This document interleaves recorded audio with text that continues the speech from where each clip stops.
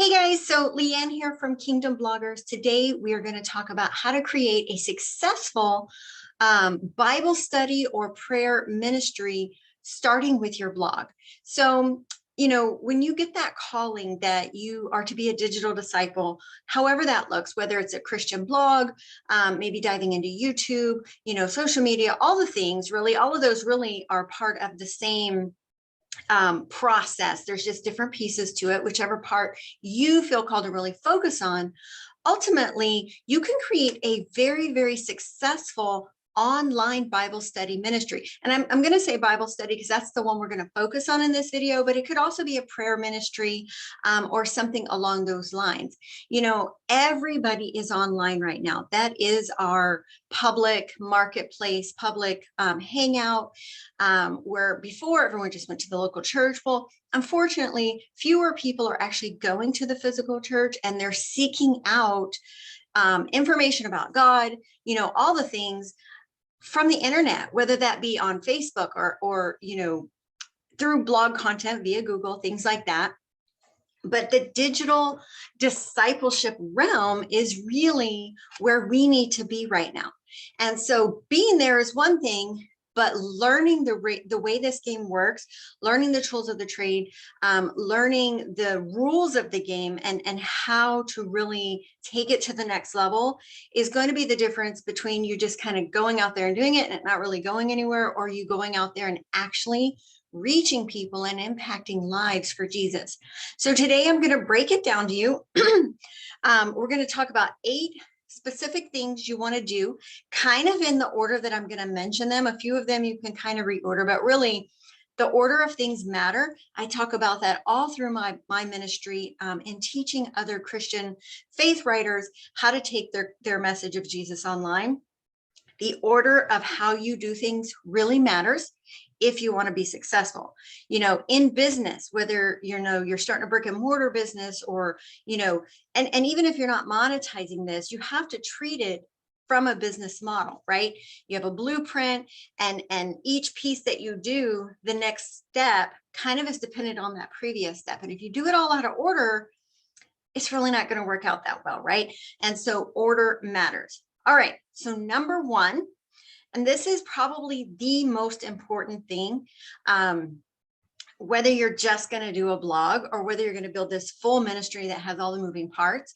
But the first thing is build one piece at a time, right?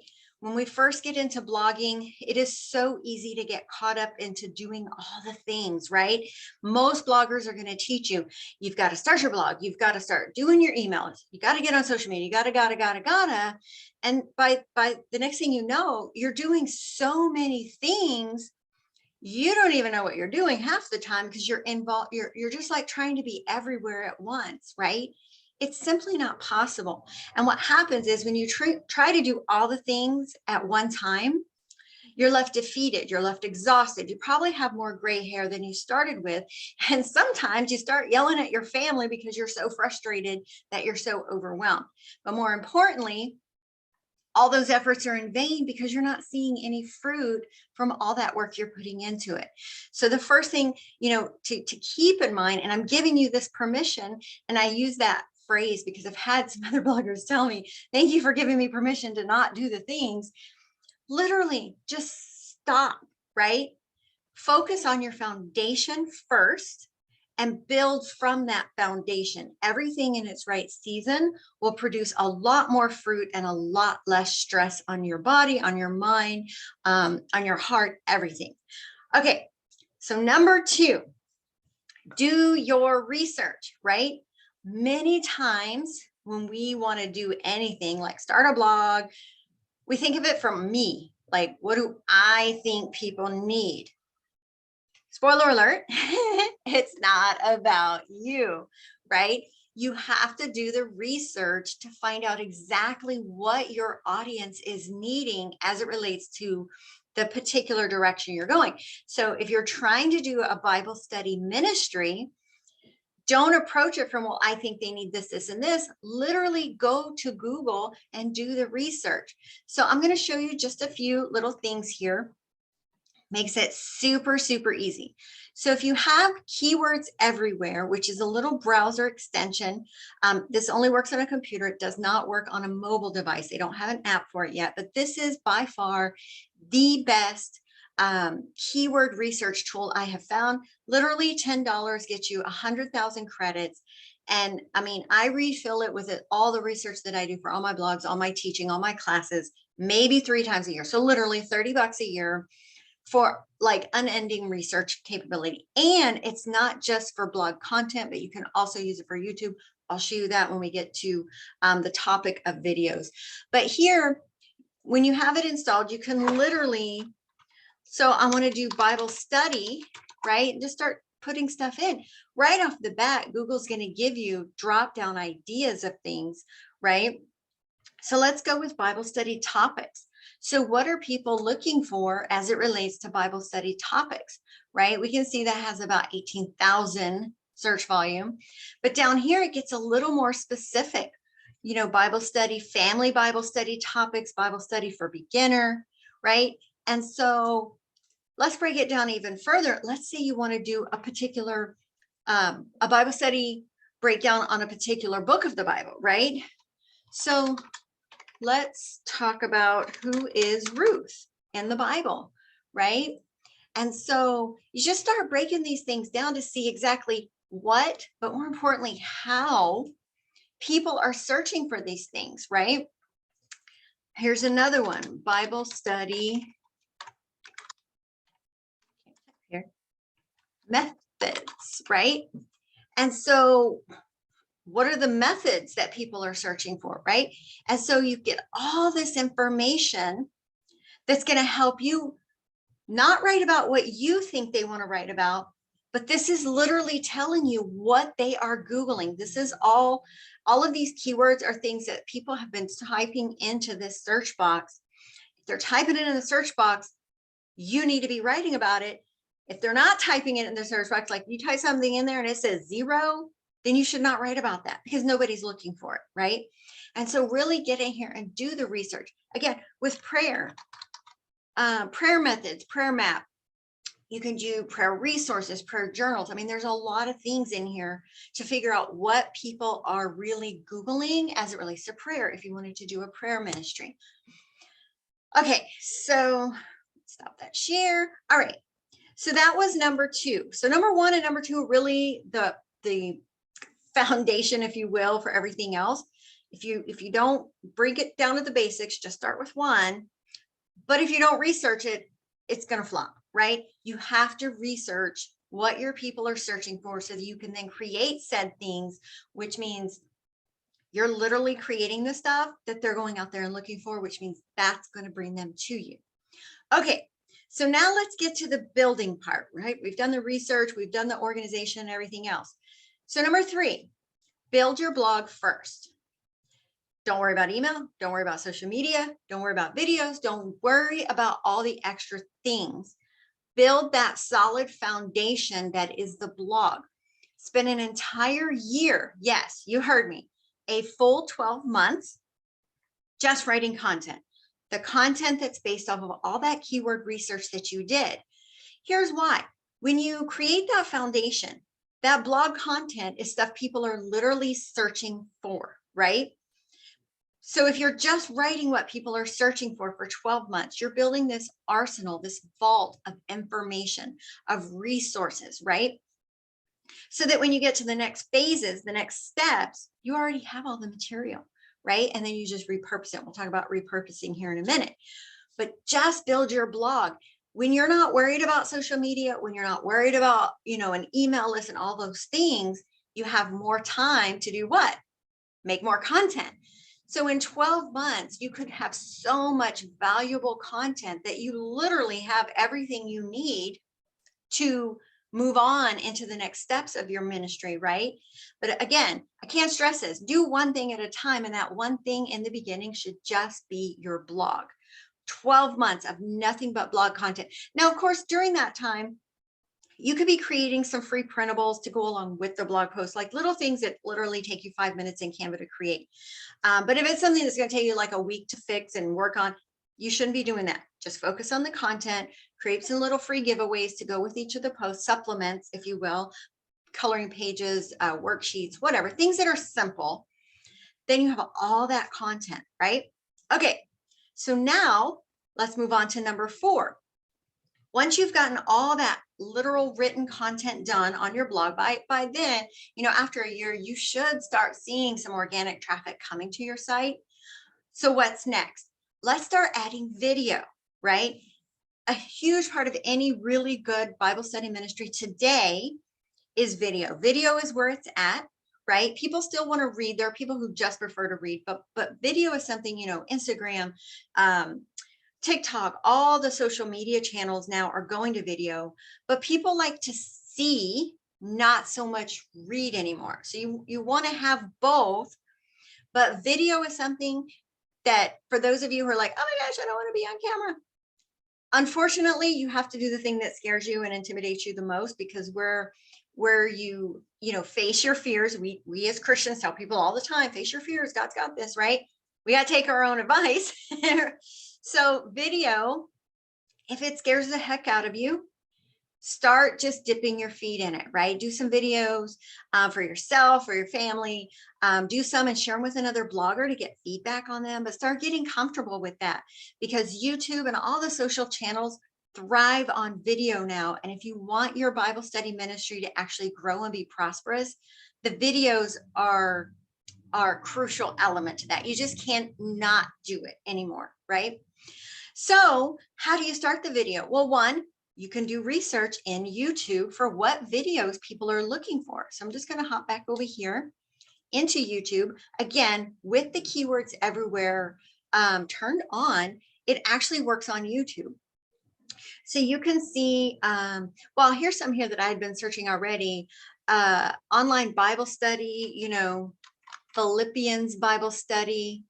You can see it has quite a bit of, let's see, search volume 880, how to do a Zoom. I don't know. I haven't tried this one. Zoom. Here we go. Zoom Bible study ideas. So again, just start typing things in here, and it's telling you what people are YouTubing, right? Not Googling, specifically for video content. So you have written content. That's what people search for mostly on Google. But in YouTube, you want to find out what kind of videos people are searching for as it relates to what you're writing about. It's very simple. You can actually export the files as you get them. That way you have them for, for later use. You go back and kind of sort and filter and everything else. So with those videos, do the SEO for those, but look at all the blog content you've already written for the Google search and see, can I make a video to go with each blog post, right? Remember, you've already done all the blog posts. You're not like, oh my gosh, I got to write a blog post and I got to do a video and I got to do it. No, you've already written the blog content. The phase 2 is now to start adding videos to that, right? So you're already getting traffic from the written content.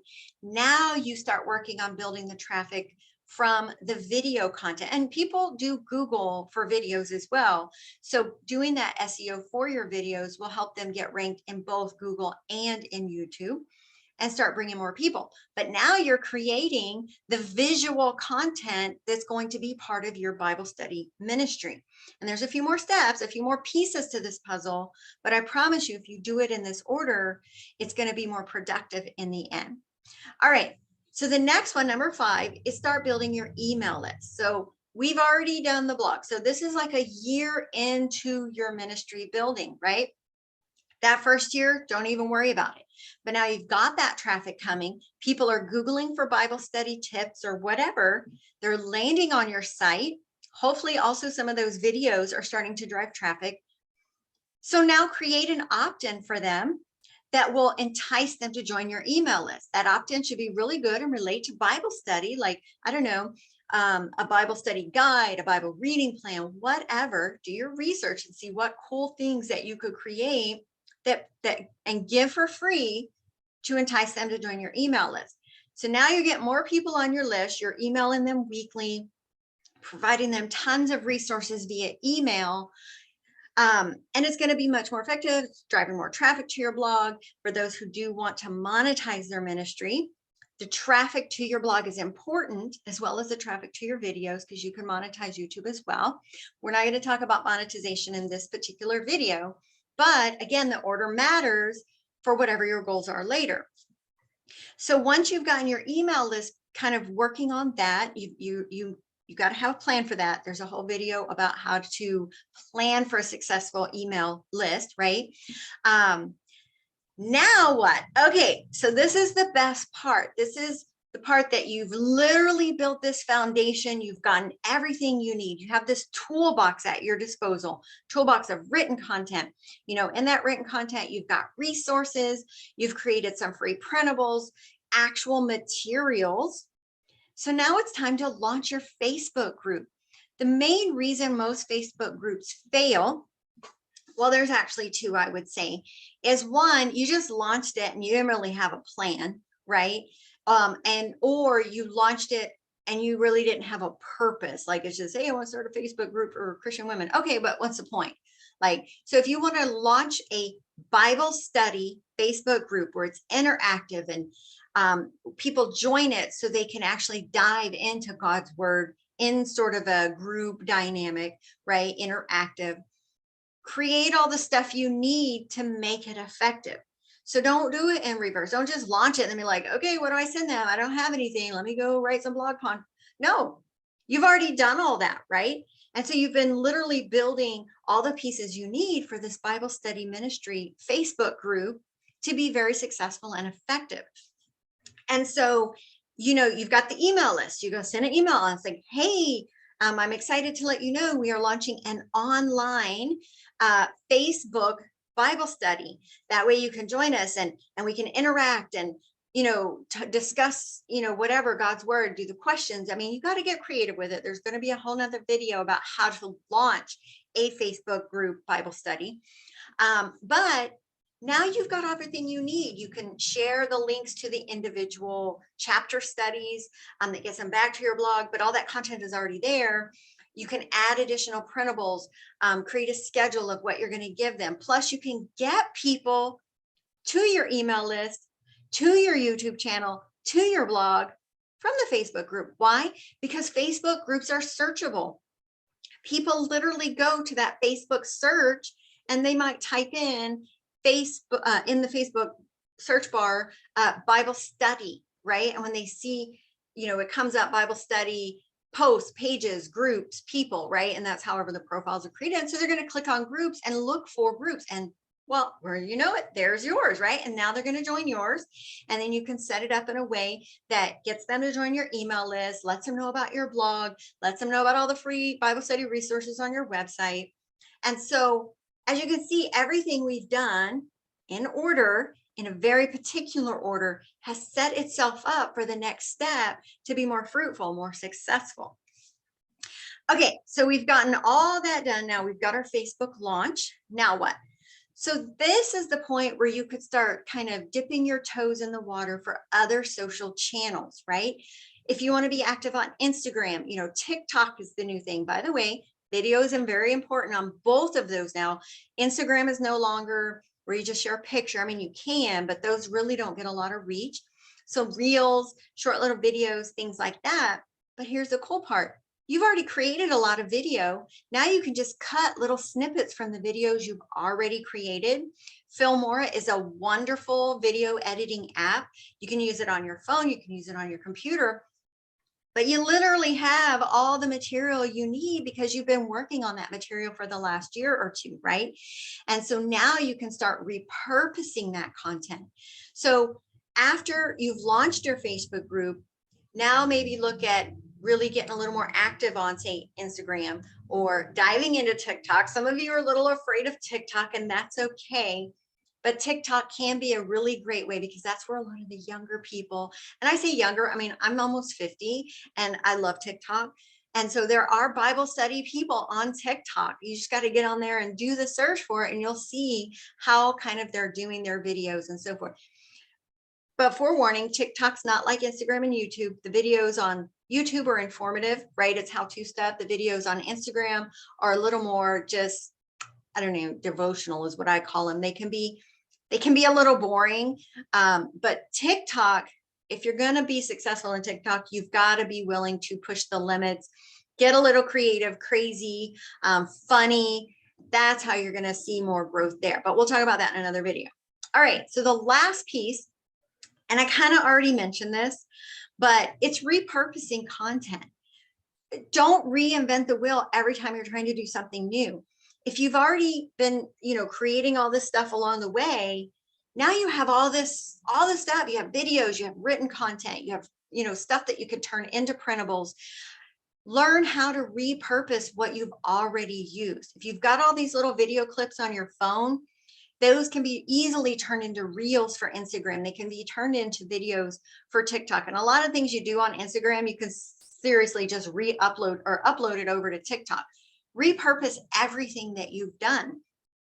So I'm going to show you or mention to you a really great example of all that I've been talking about. And she hasn't quite gotten to kind of the later steps as far as like the social media, but Megan from Megan Ellen Ministries, she has done a really great job of using this process. So she went from literally spending a year writing content, writing Bible study, blog posts with the associated worksheets and questions and, all the stuff for a really great readable written Bible study. She then launched her email list, like getting email subscribers and things. And so she already had all the material to send them, weekly Bible study tips, things like that. She just launched her Girls in the Word Bible study group, and it has done really well because when she launched it, she had everything she needed to start getting people going. People find her organically because they search Facebook groups for Bible study. She got a lot of joins from her email list, right? She gets people to join from her blog because it's mentioned there as well. And so she's been able to kind of tie in everything. So her emails go out. It's like in there, it's always, hey, welcome email to any new subscriber. By the way, I have this Facebook group if you'd like to join us for weekly Bible study discussions. In her weekly Bible study, she's posting links to stuff on her blog that relate to that week's study topic. So now she's increasing the sessions back to her website, even though she's maybe not getting any more organic traffic. I mean, she is, because her organic traffic is taking off, but that extra traffic she gets is coming from her Facebook group because she set everything up in a way to not just share blog posts. Like, don't create a Facebook group just to share your blog posts. The blog posts need to have meaning, right? So she's doing the Philippians study this week. She has all that content already on her blog. And so she's sharing that information and some other engaging things too. But her ministry is really starting to take off now because she did it all in the right order. She did one thing at a time. She tuned out all the things, right? And it's so hard to do that. But I promise if you can, you're going to be more successful in the long run. And now she's thinking of what her next steps are. She has some video things. She's deciding on whether she wants to go the TikTok route. But whatever she does, she's going to be able to put her all into it because that's the only thing she's having to build at that moment because everything else is already on autopilot. So anyway, I know this was a lot of information, but I think some of you really needed to hear this. Online Bible study ministry, I mean, it's so powerful because like I said before, the internet, this right here in the computer, this is where everyone is right now, for good or for bad. But we know there's bad there. And so we need to be there too, but we need to do it in a way that's going to bring the fruits of our labor, that's going to actually reach the people that need to hear the message. And so Bible study, prayer ministries, Bible study targeted to a particular demographic, say young mothers, new moms, older women, target it to their particular season of life. And that'll even be much more successful because the women coming will be more interested in maybe some of the other things you have to offer beyond Bible study. But it can also be a very great way to set yourself up financially through ad revenue and things like that. If you have products that you've already created and they're just not selling, it's because you kind of did it in the wrong order. We don't create products and then find people. We bring an audience to us and find out what they need. And then we create the products based on that. There's a whole nother video on that. But I hope this kind of helps you kind of reel in where you need to be focusing your energy right now so that you can put the energy where it matters and get more bang for your buck. And I'm not really talking about money, but the time that you're investing into this ministry, that you actually get out of it what you're hoping to accomplish. And that's building a community where you can share God's word, where you can impact people, pour into them daily via whichever channel they might be on. But again, you have to start with one. So anyway, I'd love to hear your feedback. I'd love to hear your comments. I'd love to hear anything that you've done, maybe in some of the things I've mentioned, and how it has actually worked for you. So drop us some comments below, and I will see you guys in the next video. God bless everyone.